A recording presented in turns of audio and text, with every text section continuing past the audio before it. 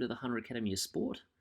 This is the education session on sports science and physical competence development for baseball for the 2020-2021 squad. So my role at the Hunter Academy is to provide an education and training opportunity for athletes to basically get from where we are now, the regional level, through to the state level. We work on education, we assess our athletes, and we give them exercise, programming and information to help design and manage the coaching programs and give them every opportunity to get from that regional level to the state level. So basically the first question you should ask is, what does a strength and conditioning coach actually do? Because there's a very good question. There's a number of different ideas out there in terms of what we do for different athletes and for different sports and different ages. So let's have a look into that. So the biggest thing to look at is the athlete development process. Basically what my job is initially is to assess functional readiness. So every athlete must be checked for readiness, not so much to compete, but readiness to train. So we want to know if they can recover between sessions. We want to know if they're physically able to get through the rigors of all the training and to basically bring their bodies back to resting levels and learn how to recover, which is an extremely important thing. We also want to assess their movement capability. Can they get through different sessions? Are they able to endure the work? Can they absorb force as well as exert it? Can they hold their form under load? So we test a number of things, but in a basic way, muscular strength and endurance, plyometric ability, velocity and speed, low load power, power endurance, stability under fatigue. There's lots of things we assess. We basically want to have a really great idea of understanding if you're ready to do the different movements and different functions that your sport requires. So an important part of this presentation is basically understanding the three levels of the movement performance pyramid. So when we start training, the first thing we want to look at, particularly when we start assessing and we see if an athlete's ready for different movements and functions in their sport, we want to look at the ground level of foundation. Are they flexible enough to be able to do the movements and the patterns for their sport? So often athletes go straight to the grey. They go straight to I want to improve in strength. So they go straight to the strength and speed and power training. But more often than not, if we actually assess an athlete, they might not have range through a hip or range through a shoulder or range through a trunk. So when they actually go to throw a ball or to accelerate fast, we often find that there's abilities that are missing from a flexibility point of view. The functions and the movements aren't there. So the first thing to essentially fix and to treat is the mobility. And we can look at mobility a couple of ways. We can look at it from a joint mobility point of view. It might be a tight ankle or a tight shoulder or a tight hip. We'll also look at soft tissue extensibility. So basically, are muscles and tendons and ligaments tight, particularly muscles and tendons? Is there flexibility needs there? And also one not to forget is neural flexibility, particularly upper body flexibility for a baseballer, for a throwing sport athlete. We want to know that they don't have neural inflexibility issues through the shoulders and the arms, which may inhibit different movement patterns. So once we've cleared all the mobility functions, we then look at stability. So we can look at it a couple of ways, but essentially, can you maintain position under load? So if we're throwing a ball at low load or low speed, do they have the same movements and same patterns as to when they're throwing a ball at high speed? Or when you're sprinting or jogging at low speed, can you hold good form through the trunk and hips and shoulders when you're running really fast? We want to know that an athlete has great body awareness or coordination, also termed, we call it motor control. And is there proprioception and balance? Can they perform well balanced movements with different postural patterns and things like that too? So looking at it from a sort of overall gross point of view, we say, right, if mobility is in place, so they can get themselves into position, and stability is in place, they can then support that position. We then get into the actual work that you'd normally look at in normal training, the strength, the power, the reaction, the agility, endurance, the speed, all that sort of stuff. So we know that if the mobility and the stability are there, if the groundwork and the framework is there, when we focus on the actual functional movement patterns, they're going to accelerate and improve and get better at a much faster rate. One of the first things that we're going to test when we're going to assess a baseball athlete to see how ready they are to perform a lot of training and compete well, one of the first things to assess is, do they have a valgus loading pattern? So you can look at this slide and see that the posture of the hips and legs in position A to position B is quite different. So the person in position A has hips in a neutral position and knees and feet in a neutral position too. So if you look at person B there, the hips, the knees are quite turned in, or the thighs are internally rotated, so the thighs turn in. And often what happens is the feet, where the arches are on the feet, the arches are flattened out a bit too. So that's called a pronated position through the foot and a bit of a knock knee position at the hip. So when we see that pattern, particularly on a back foot on a throwing athlete, if they go to transfer weight from the back foot to the front foot, often we'll see a valgus loading pattern. Now, often what that shows is two big things. So through the feet, if your feet tend to pronate, it's a lack of control and proprioception through the foot. And often what happens with that is you'll see poor flexibility through the ankle. And in the knee, often that knock-kneed sort of knee turned in position is a lot of stability in the hip. So if we improve flexibility at the ankle and stability in the hip on both 2 and 1 foot sort of positions, we can often improve that valgus patterning and turn it from a position B to look more like a position A. So the next thing we're looking at with functional ability for baseball is, do you have flexibility through the anterior or front part of the hip? So you can see in the bottom left picture there, you've got a picture of a spine and hips with a few outer muscles kind of cut away. And the hips that connect to the spine, the side of the spine there and go deep into the hip, they're your hip flexor muscles, particularly the iliopsoas muscles. The ones inside the hip are more the iliacus muscles. They can get tight as well. But if those muscles are tight, those two particular ones, they sort of form and join into one big muscle that attaches on the front of the hip. If they're restricted or immobile in any way, you'll actually lose a lot of power through your hips when you're generating power through the hips into the trunk. So hip flexor flexibility, if the hip flexors are flexible enough, they don't have to be Olympic sort of gymnast flexibility, but if those hip flexors are flexible enough, when you go to extend your hips and rotate your trunk, you'll generate a lot of power coming up through the ground. You'll be able to extend your hips properly and transfer that into trunk rotation into the shoulder and into the arm. So if you're losing a bit of hip flexor flexibility, what often happens is you'll transfer load a lot through the back rather than through the hips and your big powerful hip extensors, which are your glutes and your hamstrings. So really important that the front part of the hip flexor muscles, are flexible enough so the actions through the front of the hip, like you can see in the pictures in left and right there, the pitchers have a nice hip extended position and they're maximizing power through the hip. But even in a bat strike, your hips have to be able to extend. So if your hip flexors are long, your hip extensors can extend and do their job that they're meant to produce power through the hips and pelvis. The next big one that we look at is, do you have thoracic extension and sufficient thoracic rotation? So essentially there's three parts of the spine. Your lower back is the lumbar spine. Your mid back that does most of the movement of the trunk is your thoracic spine, so side bending and flexing and extending and rotating. And your neck is the cervical spine. So for the sake of this explanation, we'll focus on the thoracic spine. It's really important that through extension, so making your spine nice and tall, so there's enough range through extension and there's enough range through thoracic rotation. So we like to test those things. It doesn't have to be hypermobile, huge range, but to do the motions of a baseballer for holding a nice upright trunk, you need extension. And then to rotate, if you're swinging a bat or if you're pitching a ball or throwing a ball, you have to have enough rotation range to then produce stability, to then produce speed and power through a throwing motion.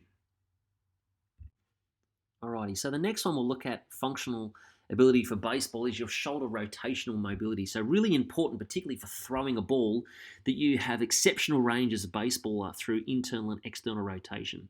So your body basically works like a whip. When you're rotating through the trunk, you first generate power from the legs, through the ground, through the legs, into the hips, through the trunk, and then into the shoulder. So your arm basically whips back to start. It goes into external range.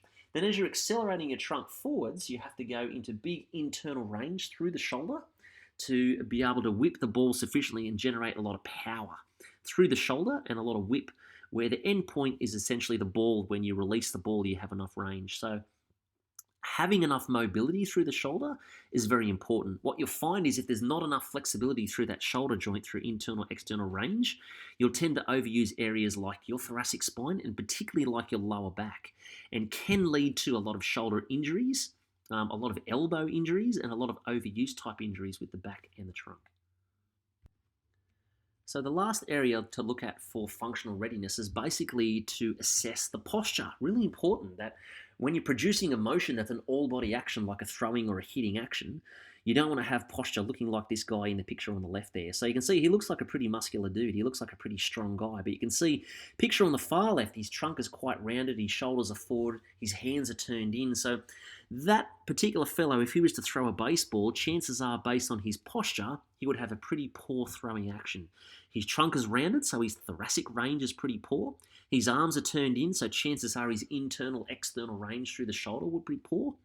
And transferring load through the trunk, because he's in that flexed trunk position, would ideally be pretty poor for him as well. So having posture where you can transfer load through the trunk, meaning that your core strength and your core transferal strength would be good and improved if your trunk is in the right position. So essentially, we want to look like a ballroom dancer. We want to be right up nice and tall with upright posture. If you compare to the three diagrams in the middle there, so it's got the three anatomical pictures, you can see the one on the left has hips that are turned under, so posterior pelvic tilt. The one on the far right has more an anterior tilted person. So you don't want too much one way or the other. You don't want the hips too far turned forwards. You don't want the hips too far turned under. Ideally, we want a neutral spine position where the hips are in the most appropriate position to transfer load the most effective way through the spine.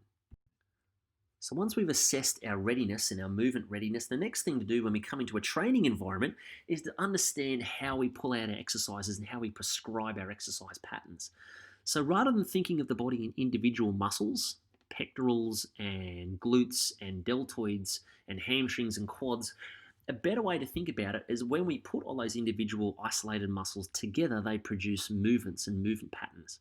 So if we're a baseballer and we're producing a pitching action, we often think about it as it's a pushing action with the arm, it's a lunging action with the legs, it's a rotating action with the trunk, it's a stabilized action with the trunk and the core. So we're going to focus on key patterns to train for those certain movements in those sports. So if we look at someone completely away from baseball, like someone like a swimmer, a freestyle swimmer, you're going to look at patterns like stabilization, holding a long straight trunk pattern. There's lots of pulling actions with arms through the water. There's even rotation and twisting patterns. If you're a sprinter, you're going to look at lunging patterns. You're going to look at pushing, pulling patterns of the arms, even stabilization of the trunk. So in a big way, no matter what the sport and what the action, we can break them down to basic patterns that we're going to look at how we train. That way, all the muscles and the joints and the proprioception functions that we have are going to do their roles, no more, no less, but we can train the body not in isolated individual muscles. We can actually train them in movement patterns, which is how you move when you're performing your sport. So if we're then considering specific movements for baseball, we're going to look at 4 key ones. If we were to pick out 4 key ones and say, all right, this athlete in this gym can do these patterns pretty good, what are they? We're probably going to look at these 4. So the first one, single leg lunging and stepping movements. So baseball, unlike a sport like rowing, 2 legs very rarely do the same thing. So if we're transferring load from one leg to the other, when we've got a throwing pattern, or if we're transferring load from the legs into the hips to swing a bat or to sprint from one base to the other, it's basically an individual, or we say unilateral one leg pattern. So single leg strength and stability and a spring to transfer load through the body effectively, we say, is very, very important. We need to have very flexible hip flexors. So looking at that, our hip extensors and having good hip drive. So power through the glutes and the hamstring muscles to produce hip extension. Very, very important to transfer load through the body. We need to have effective rotational trunk flexibility. So making sure that we're flexible enough first through the trunk, but then making that movement very stable and then making it strong and powerful after. And then the fourth one, our pulling and pushing strength. Sounds very basic to start off with, but if we're running, we have pushing, pulling patterns. When we're throwing, one arm's actually pulling, one arm's pushing, so arms do opposite functions. So your ball hand, when you're throwing, if you're right-handed, pitching with the right hand, it's more a pushing function. Your left arm pulls down to create that extra transferal power through the body. So there is a very mixed variety of the different patterns, but we want to include these, all of them in different amounts and to different degrees, to produce a completely athletic baseball athlete. So we looked at a number of movement progressions, but basically had to look at a few tests. We did this practically when we had our education session. But if you're looking at these exercises, deep squat hold, we had a squat jump, supine twist, knee squat test. So these are a number of tests, even your bench leg lifts. Some of these are quite hard, but more often than not, you'll find the basic exercises and tests that we use in a big way actually focus more on flexibility and mobility. Like when we looked back at our movement performance pyramid, the biggest area usually to look at first to create a really good functional moving athlete was to focus on the mobility, flexibility areas. So you can see here the first couple of tests there, and even your single leg strength test requires in the biggest way flexibility more than strength. We say single leg strength test, but realistically a knee squat test is really poor if someone's very inflexible. So moderate strength and very, very good flexibility will produce a very good result in that test, as it does in a few other tests like rotational stability. First, you have to be very flexible to be very stable. Hip hinging and load absorption, you have to be flexible enough through the hips to produce a high squat jump to be able to land nice and soft. So looking at those things, if we were to say priority order, make sure you get yourself into sufficient position, so make sure you're flexible enough. Then learn how to support that position, so be stable. And then number 3, the functional movements, be able to apply strength and power in that position. So a key principle to understand in a very basic way, it can get very technical, but if we understand basically how we transfer load through the body, it's called the kinetic link principle, or the KLP. So very, very important pattern for baseball. Understanding that really it's not just an idea where if you go into the gym or do lots of exercises at home where you're really training the upper body and arm and shoulder power, that will improve a lot of speed with your throw. Or we work on a lot of trunk rotation and that'll improve, or a lot of shoulder strength, that'll really improve your strike of the ball when you're swinging your bat. It's really an all body movement. So looking at from the big grey diagram down the bottom there, understanding that initial power comes from the ground into the legs, into the hips, through the trunk and back, through the shoulder, through the elbow, even into the wrist. We generate power from the lower body first, and we transfer that load through the body, through the legs, into the hips, into the trunk rotation, into the shoulder. And we want to have all those areas from the ground up, nice and flexible first, then nice and stable, then we can produce load really well.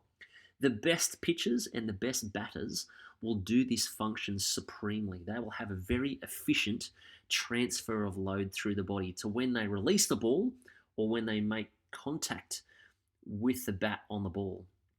So it's got to be super efficient. The transferal patterning has to be very efficient and has to be very fluent at the same time.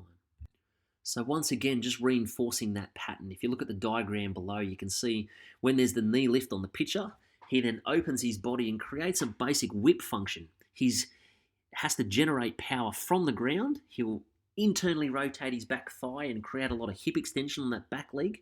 That transfers a lot of power into the hips, into the trunk, where he then whips his trunk and arm through to produce a complete all-body action. So if there's any standout areas of the body that are inflexible, you're losing whip and losing power and losing transferal strength.